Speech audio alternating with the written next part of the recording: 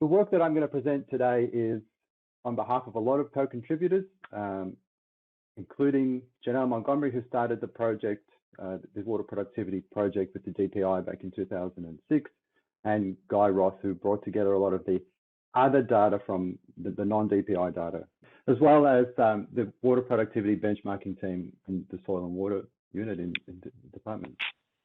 I'm going to talk about the water productivity benchmarking project and the data that's come out of it, the story that we can tell from the data that's come out of that, and the long-term trends of water productivity in Australian cotton. So the industry's been monitoring water use since water use and water productivity since the late 1980s. And there are a number of projects that have collected data that we can use to look at water productivity. DPI has led the water productivity benchmarking project since 2006, where we do a deeper dive of the whole farm water balance and go into more detail, but we can also get that data on water productivity. The objective of this work has been to demonstrate responsible use of water by the cotton industry, who communicate that to the supply chain, to consumers, to the general public. And there's also been a focus on trying to help growers to understand their resource use and identify ways that it can be more efficient with water productivity. But I'll be talking mostly about that the first point of that outward communication of the story we can tell outwardly. So we might be familiar with this statistic that the cotton industry achieved a 40% improvement in water productivity over a 10-year period. So this is from a Cotton Australia pamphlet from 2015.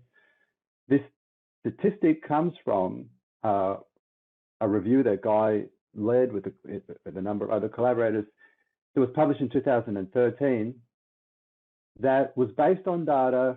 Although it came out in 2013, the most recent data available there was 2011, and the 40% was a comparison of data from the mid-90s and the mid-2000s. So the first step, what we wanted to do was to update that with about 10 years of new data and look at how the trends have changed since then. But what we have here is the gross product water use index over the last 25 years. This is sort of considered the gold standard of water productivity measurements for the industry, where we're looking at all of the water that it takes to grow a bale, or in this case, a kilogram of cotton. So this is all the water for irrigation, all the rainfall and soil moisture that was consumed. So when I talk about irrigation, this isn't just water applied to the field. This is all the water extracted for irrigation. So we're talking about all of the evaporation losses and all the seepage losses as well. This is all the water that's consumed to go into a kilo of cotton. The data there is in the 90s. You've got the Tennakoon and Milroy study, and then the other data sets are from the benchmarking project. We've had those intensive farm audits. And we can see that 40% improvement from the mid-90s to the mid-2000s. And we sort of flattens off for a while, but it's continuing to go a bit higher in recent years. It's about a 70% improvement over the last 25 years when we look at this index. So we can look at it in a bit more detail, not just looking at the average, but looking at how the whole community or the whole industry has changed over that time. We look at it sort of the spread of growers and their performance, and we can see that the leading, the whole industry's moved forward in a step sort of progress, where the lower performing growers are even outperforming the leading growers of the past. We do an analysis of variance on that. We can see significant improvements in the water productivity. We also looked at it in another way, which is an analysis of effect size, which is a common approach to this sort of data synthesis or meta-analysis, where you've got different studies collected by different people to look at an overall trend over time. We're using here 2008 as a reference year to say how much different is 2008 compared to 10 years earlier, and what's the population like 10 years later. What we can see is in 2008, the average grower in 2008 was achieving above the 99th percentile of growers 10 years previous. So what was really the cutting edge leading performance in the mid-90s is just average 10 years after that. If we look at what was achieved in 2018 compared to 10 years before that. The average grower today is achieving about 65th percentile of the industry 10 years ago. Although the rate of improvement has slowed down, we're still seeing increased water productivity across the industry. And as you can see on this plot, the leading growers are well above what the leading growers were 10 years ago. So we can look at water productivity in a number of ways. What I just showed you there was accounting for all of the water that goes into crops, but often that detail of data is not available. And if we just look at water productivity of that total input water, which again, irrigation water and rainfall, we've got a lot more data available that we can look at the trend for. So we've got only a few years missing over the last 30 years that we can look at the trend in water productivity, and we can see a very strong, clear trend of improvement over that time. So I should just explain, the dotted line here is the national average water productivity. The green line is the mild zone, and the browny, reddy line, depending what color you're seeing on your screen, is the hot zone. So if you're not familiar with those zones in the cotton industry, it's kind of where you'd expect them. The hot zone is north and west Queensland and further west out in New South Wales, where the mild zone is southeast Queensland, here in Narrabri, this end of the Namoi, the Guida, most of the cotton growing area in New South Wales, and the cool zone is down in Murrumbidgee, where we don't have long-term data for the cool zone, so it's not shown there. But we can look at different trends across the different valleys or different regional trends in the data as well when we go to this scale. But overall, we see this very strong improvement in water productivity over time. So what we're looking at there, just to remind you, is yield divided by the irrigation and rainfall. And we can break that down to see what's driving this improvement in water productivity. The yield here is in black, irrigation water extracted is in dark blue, and rainfall in light blue at the bottom. So you can see that yield has exploded over the last 30 years, and most of what's driving that water productivity is that productivity improvement. But you also see that total water available on farm for the crop has significantly decreased at the same time. So we're getting more cotton from less water. Yeah, but we can go a step further than that and say, if we look at ET over time, which is a reflection of how much water the crop actually uses. So what we looked at before was the water available for the crop. This is now looking at actually water that went through the crop, if you like.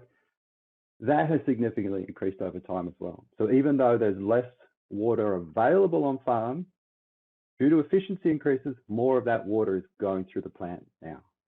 And that's part of what's driving the yield improvements. Or it's variety changes, but water use efficiencies mean that, or water management efficiency on farm mean that more water goes through the plant now. And we can see that when we look at the whole farm irrigation efficiency, which is sometimes called just irrigation efficiency. It's a measure of the proportion of water extracted for irrigation that ends up going through the plant as ET. And that has significantly increased over time as well.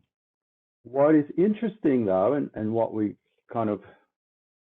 I see as one of the next steps of things to look at is when you look at the water productivity in terms of yield per millimeter of ET, that has flattened out and it's even dipping back down again.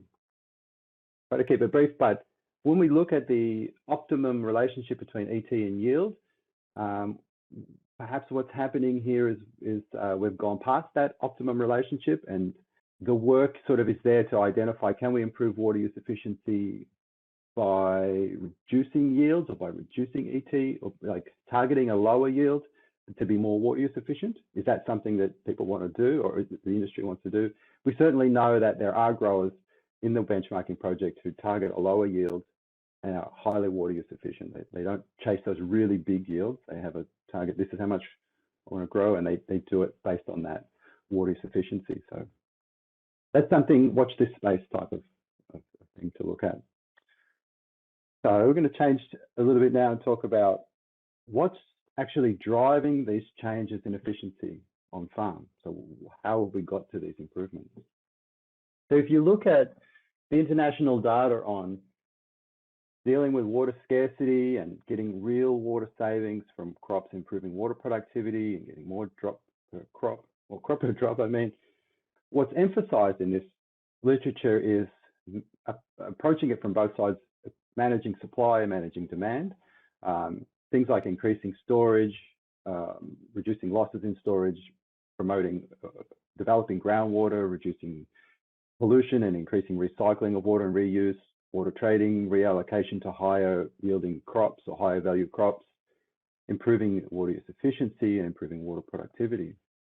We can go through all of the sort of subcategories of these, how you achieve these, and see that these are all things that the Australian cotton industry has done and is doing, is adopting, and things that are happening within the Murray-Darling State or the Murray-Darling Basin Plan as well, that we're ticking all the boxes sort of thing. It's hard to pin it down to just one change because everything seems to have been, you know, doing all the things right. So just to go through a number of those, for example, the first one, increasing storage, water storage or reducing losses. We can see in the long-term data that storage losses or evaporation in storages has reduced dramatically over time, going from more than 50% in some of the older data to our most recent analysis around 20%.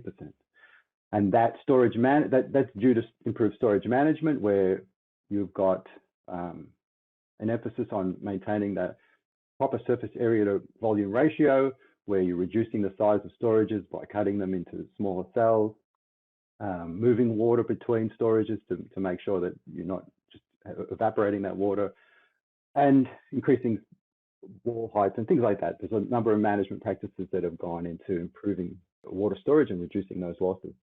Picking a few from there, the reuse and recycling of water is a big thing in the Australian cotton industry, the well-developed tail drain systems and keeping all that water on farm. Water trading, again, is something in the Murray-Darling Basin that occurs. Reallocation is really water going to higher value crops where cotton is taking over or whatever.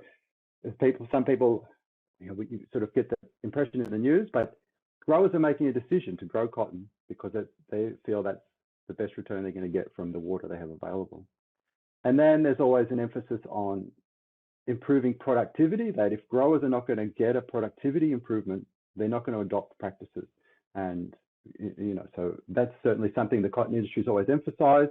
They talk about water productivity in terms of productivity, whereas internationally, water productivity is talked about in terms of yield per ET, which is, I don't know, I think this makes much more sense to a grower to talk about it, yield based on all the water you have available to you, not how much water is going through the crop, which is more sort of crop productivity. Anyway, the other thing we can identify is that the efficiencies that have improved in the field.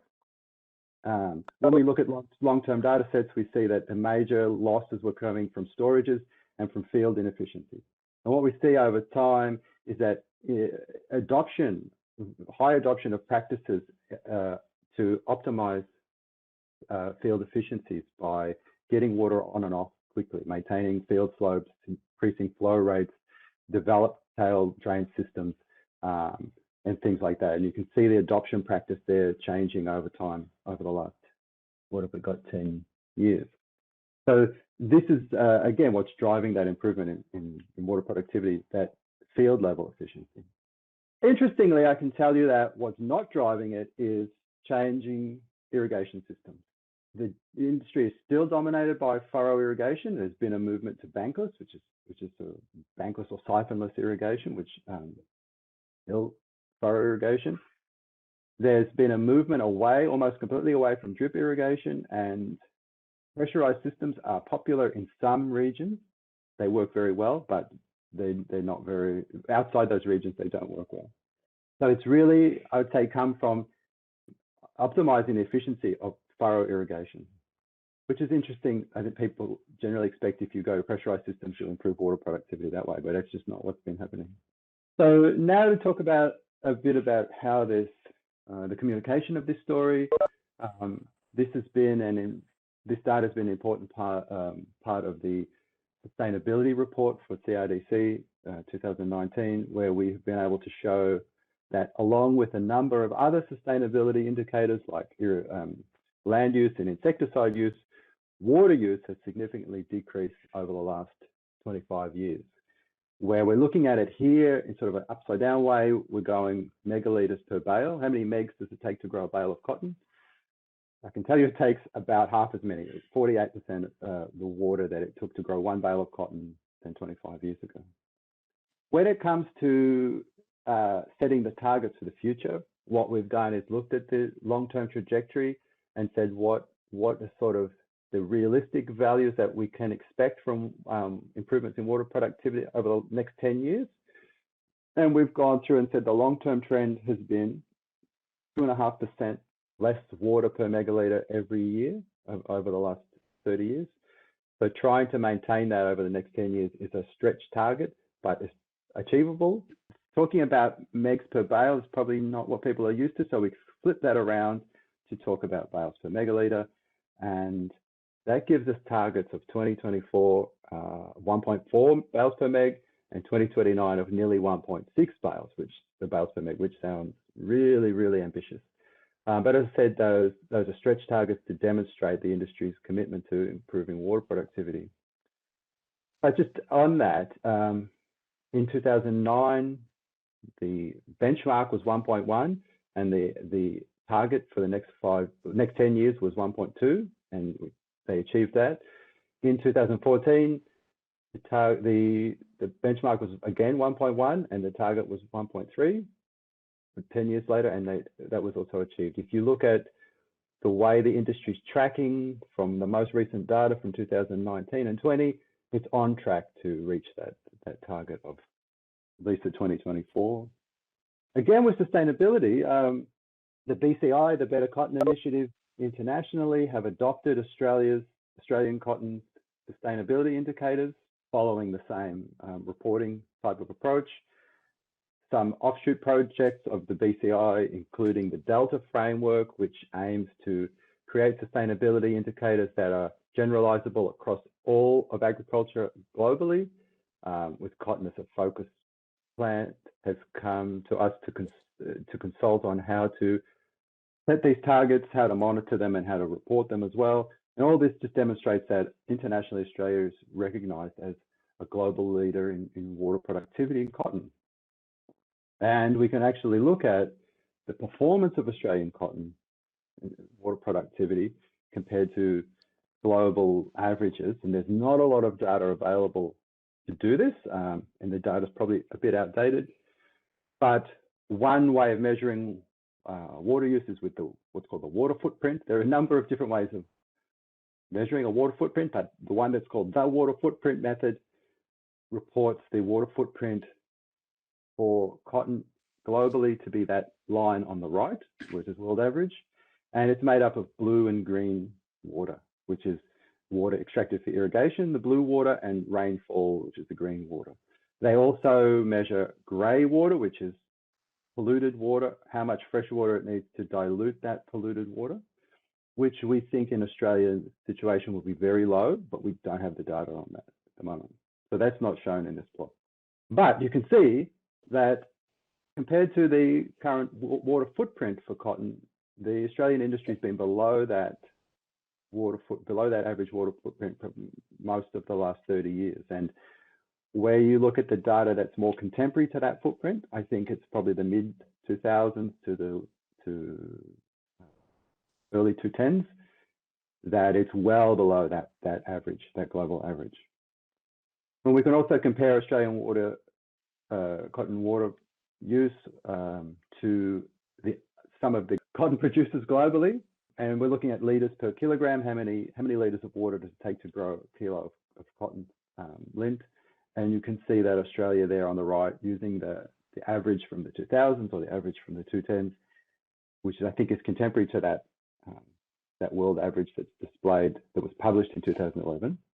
And you can see Australia is well below that and well below the leading countries there. So again, demonstrating the very water productive cotton production in Australia. So that's all that I had to talk about. And I just want to emphasize again that this is work that I sort of inherited from Janelle Montgomery, who started the project, the Water Productivity Benchmarking Project in 2006, Ali Chappie took over from her, and then I took over from Ali.